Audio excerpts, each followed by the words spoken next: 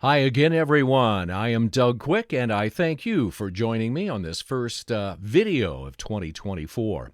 This week at Central Illinois' Online Broadcast Museum, we reflect back to some of TV's what we call one-hit wonders on radio, and that is TV shows that just didn't make it and had a potential.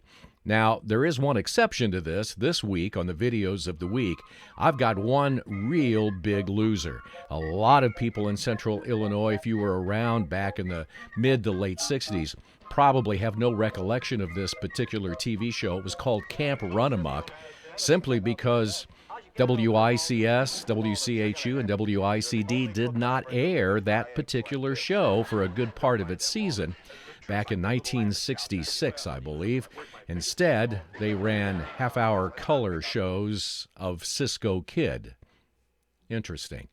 Anyway, we've got several other shows that probably had a potential, including with Burt Reynolds, a show called Hawk that aired for about a half a season on ABC.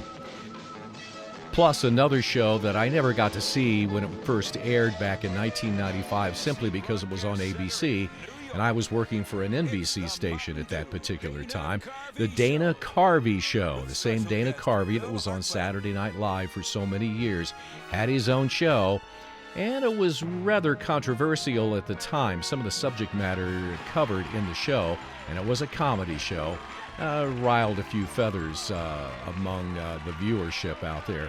So that was kind of an interesting show, and we'll have an episode of that, and you'll see what I'm talking about.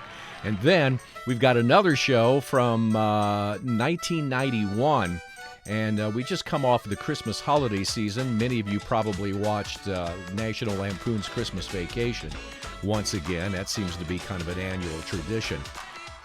This one starred Randy Quaid and Jonathan Winters.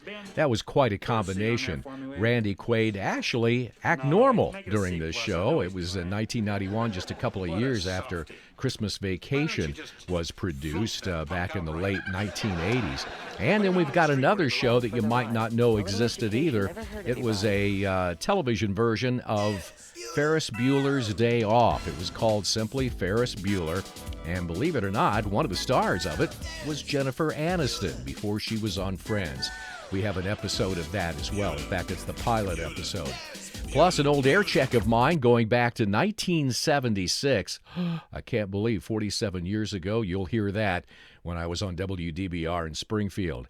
That and a lot of changes in the local TV picture, too. We've added some channels, some of them being some of the sub-channels that local broadcast stations air, and a couple of new networks have been added across Central Illinois, and we'll tell you about those as well. That's all this week at Central Illinois' Online Broadcast Museum at DougQuick.com. Thanks for watching. We'll see you next time.